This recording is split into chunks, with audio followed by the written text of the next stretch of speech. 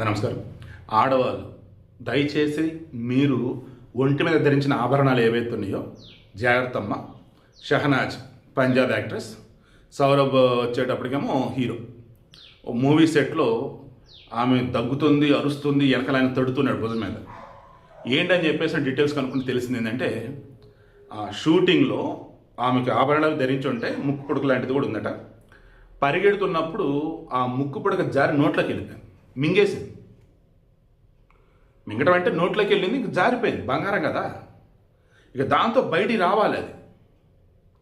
So లోపలది ఎక్కడ ఇరుక్కోకూడదు.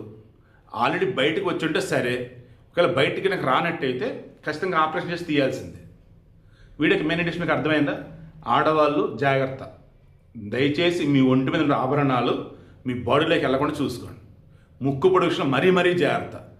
మొన్న మధ్య నేను ఎక్కడో చూస్తున్నాను, ఆ ముక్కు పొడుగు చాలా సన్నగా ఉంది, అది ముక్కు లోపల నుంచి శ్వాసనాళంలోకి వెళ్ళింది ఒకరికైతే. అది కూడా ఆపరేషన్ చేసి తీశారు. జాగ్రత్త.